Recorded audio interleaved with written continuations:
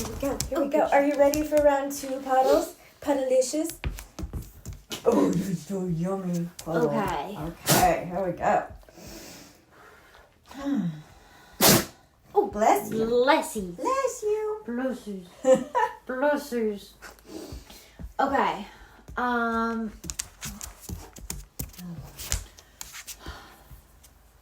This is gonna be in the vein of divine feminine. There is so much talk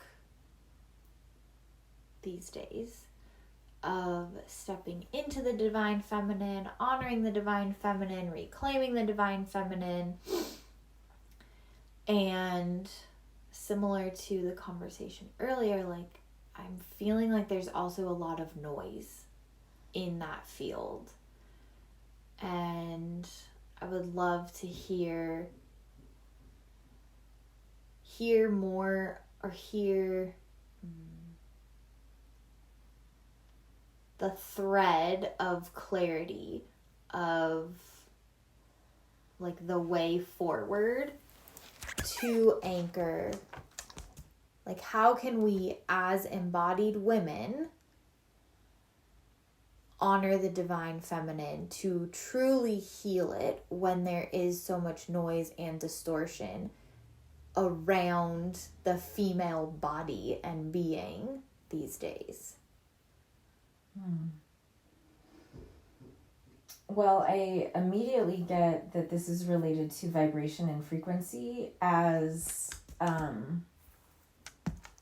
we can see in mythology that divine feminines and expressions of the divine feminist or goddess, divine feminine or goddess, is expressed through the range of fiery, vengeful goddess to the more nurturing, maternal fertility goddess.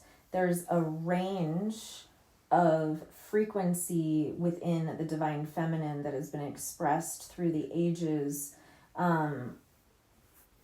in relation to what frequency is being experienced by the feminine observing it. Example of that being the goddess Babylon, or those darker underworld goddesses, many of whom are associated with what is presently called prostitution or sex work as a modality of exchange.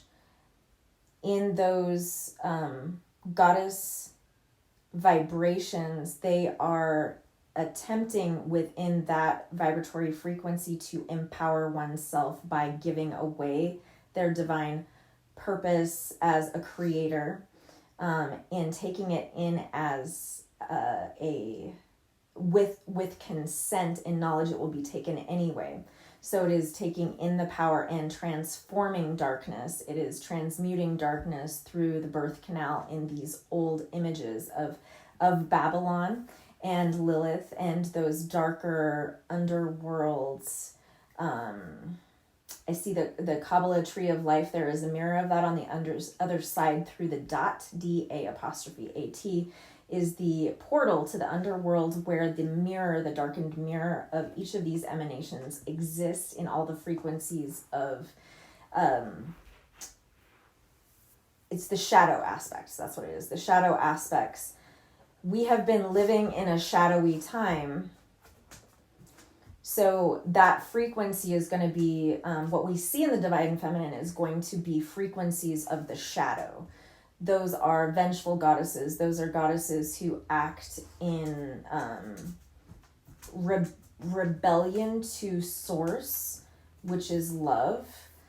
Goddesses that adapt to acting within the realm of chaos, which is farther from source love. So as there is a evolution of consciousness into the fifth dimension, which is a love vibration, there will naturally be a tuning of the goddess to align more with feminine emanations that reflect that, the loving goddess. There's also there has been such a separateness in age of worthiness within women that has become so distorted in the density and the shadow aspect of the feminine that the worthiness of the feminine is only seen in her sexual viability of being sexually attractive. And that has become even more distorted with youth to be more and more sexual at a much younger age, even as children. And that is a distortion. It's all just fun house mirrors of what was intended. The natural, the undistorted blueprint of the divine feminine emanation from Source Sophia is to be a creator, a mother in divine power, and to not be threatened in her power by her own or others and other women of that same stance.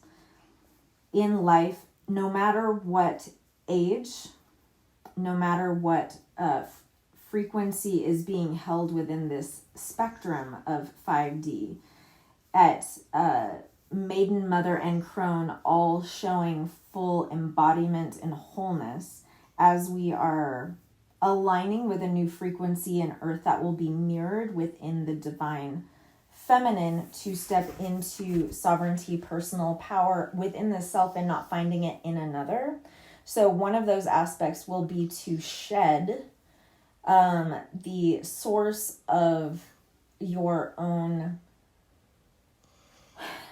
alignment in your wholeness to have to begin with a partner. It will then instead end with a partner as one's wholeness is found within themselves first. The sovereignty, there will be an initiation process that women will begin to go through what has been known in these days as like Sweet 16 or prom or whatever. Those ceremonies are not ceremonial. They will, when divine knowledge of the feminine is brought back into the mainstream as available to learn and not distorted, the empowerment will come to be in a way that is no longer requiring someone find their essence and worthiness in if they have a partner and if that partner is, quote, viable enough or not.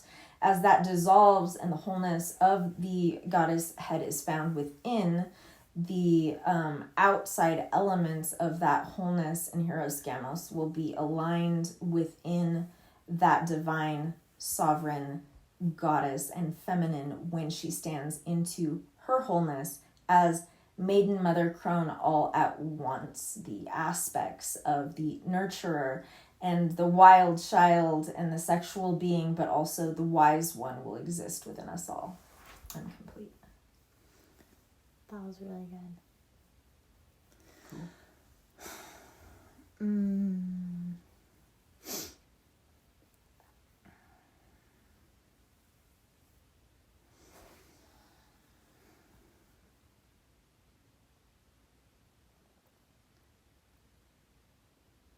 Just gonna ask a question and then they were like, no, you know the answer. Isn't that funny? I'm like, oh, okay, fine. I know the answer already. Whatever.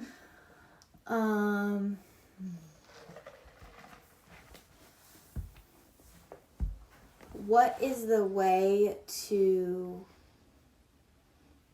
honor, to bring back, to reawaken true divine masculine in this time when men in so many ways are being put down or cast aside or made to be the villain, whether it's through talking shit on the patriarchy or whatever.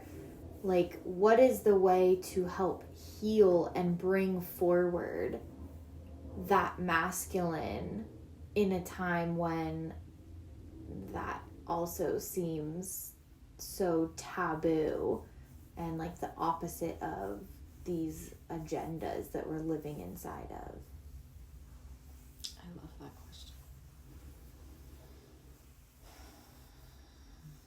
There's so much. 10 minutes. I have so much love for the divine masculine. This is mirrored in all of nature, that the divine masculine is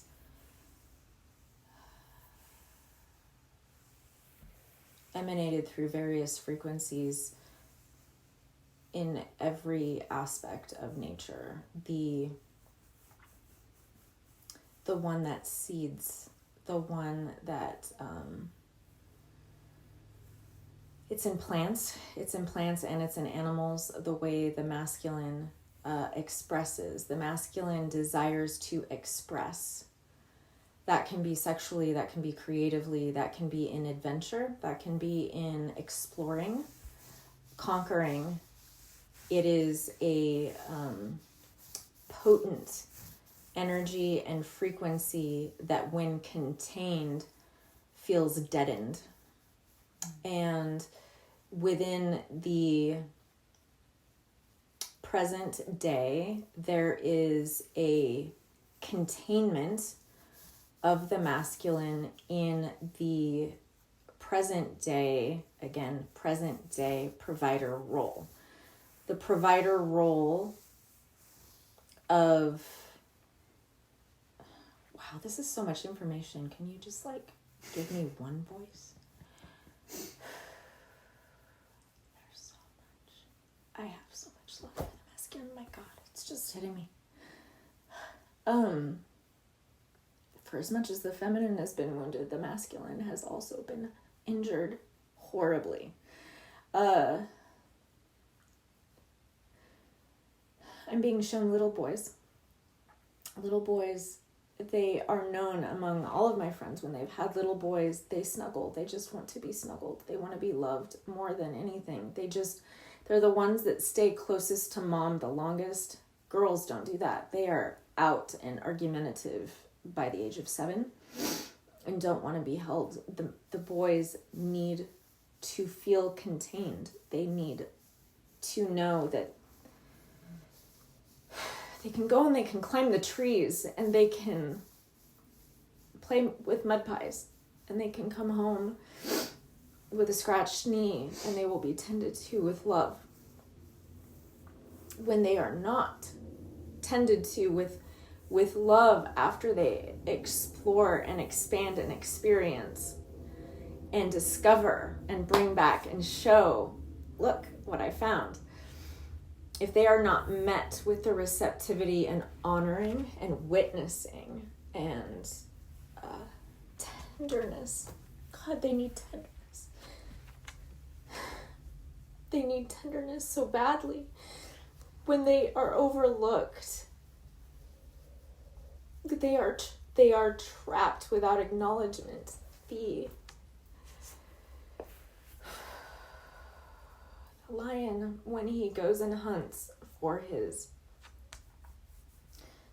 lioness who holds the cubs and is tending to them, when he hunts, he comes with his dinner and he drops it in front of the lioness, and she comes up and she headbutts him with gratitude and loves him and sees that what he's done, and it is enough and it is good. And he feels proud and accomplished, and he has been seen. He wants to be seen. He needs to be seen. He must be seen. When he is not seen, he is an orphan to the love of the mother, and he wants her arms, and he wants to know he's good and he did a good job.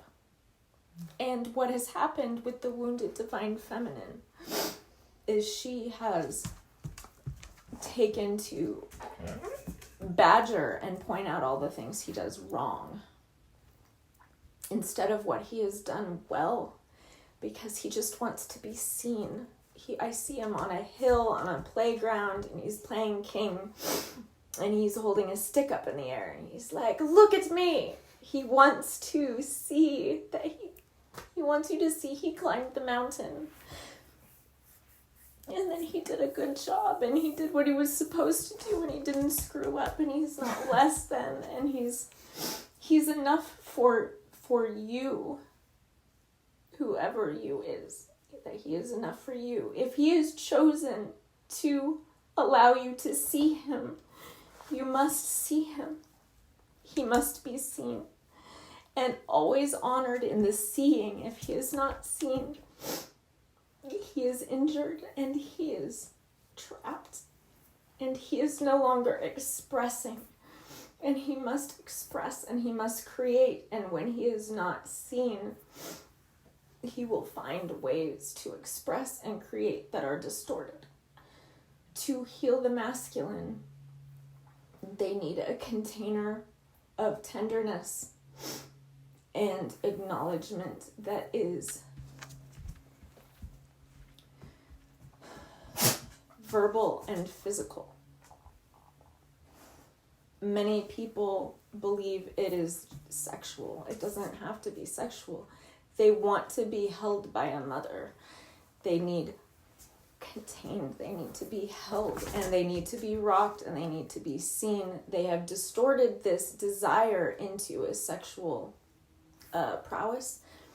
That's not what they're seeking. They're seeking the tenderness and the seeing. It's so repeated over and over. They need to be seen. If they are not seen,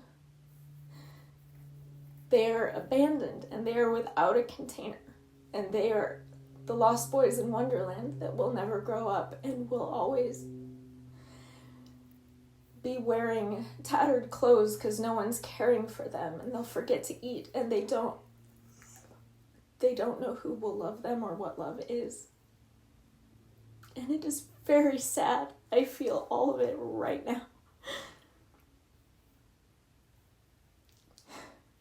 They just want to be seen.